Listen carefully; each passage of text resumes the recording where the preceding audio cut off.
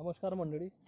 आज आपण आलो आहे श्री केओ इंगडे सर सोनाळा यांच्या शेतामध्ये. आज आपण पाहतो आहे की झुपकेदार तुरीची आपल्याला इथं झाडं दिसून राहिले आहे आणि त्याबद्दलच आपण श्री केओ इंगडे सर यांच्याशी आपण आज या दरम्यान चर्चा करणार आहे. तर जे तूर आहे ही तुरीचं एवढं झुपकेदार व्हायचं कारण काय आहे?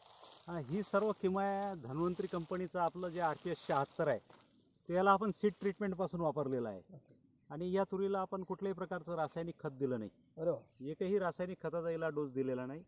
सीड ट्रीटमेंट RPS 76 लिक्विडची केलेली आहे आणि हिला 2 वेळा आपण ड्रिंचिंग केलं होतं RPS 76 आणि 1 वेळ बॅक्टोरिजचं आणि 2 स्प्रे हिच्यावर आपण RPS 76चे काढलेले आहेत. त्यामुळे आज शेंगा पूर्णपणे भरलेल्या दिसून येत आहेत, तुम्हाला दिसतच आहे. आज रोजी दुसऱ्या तुरीचे पिकअप जर बघितले तर फुलांवरच आहेत, पण याच्यात पूर्ण माल आज पक्का झालेला आहे. RPS 76 म्हणजे रासायनिक आहे की जैविक आहे? नाही, प्युअर जैविक आहे. प्युअर जैविक. RPS 76 हे असं आहे की ते लिक्विड आपण आपलं डिस्ट्रीब्युटर कुठलाही धन्वंतरीचा त्याला पिऊन दाखवतो, असं म्हणजे प्युअर 100% जैविक आहे, ऑर्गॅनिक आहे. म्हणजे मित्रांनो, यामध्ये कोणत्याही रासायनिकचा वापर केलेला नाही आहे.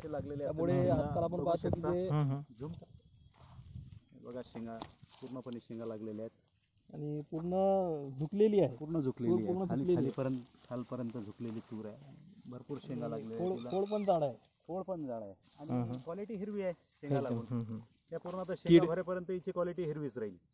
याला मग काही पाणीची सोय दिलेलं आहे की? पाण्याची नाही, पाणी दिलंच नाही हिला. मित्रांनो, कोरडवाहूची तूर आपण पाहतोय. कोरडवाहू मध्ये सुद्धा इतके चांगले परिणाम आपल्याला RPS 76 सर सांगतात तशा प्रकारे आपल्याला दिसत आहे. RPS 76 आणि धन्वंतरी कंपनीचे इतर जर प्रोडक्ट आपण वापरले तर हमखास आपला 50% खर्चात बचत होते. हा अनुभव या प्लॉटमध्येच आपण घेतलेला आहे. अगोदर पराठीचं पीक, आंतरपीक आपण पराठी घेतलेलं आहे, पराठी उपटली आणि आता तुरीचं पीक या ठिकाणी 1 महिन्याच्या आत घरात येऊन जाते. धन्यवाद.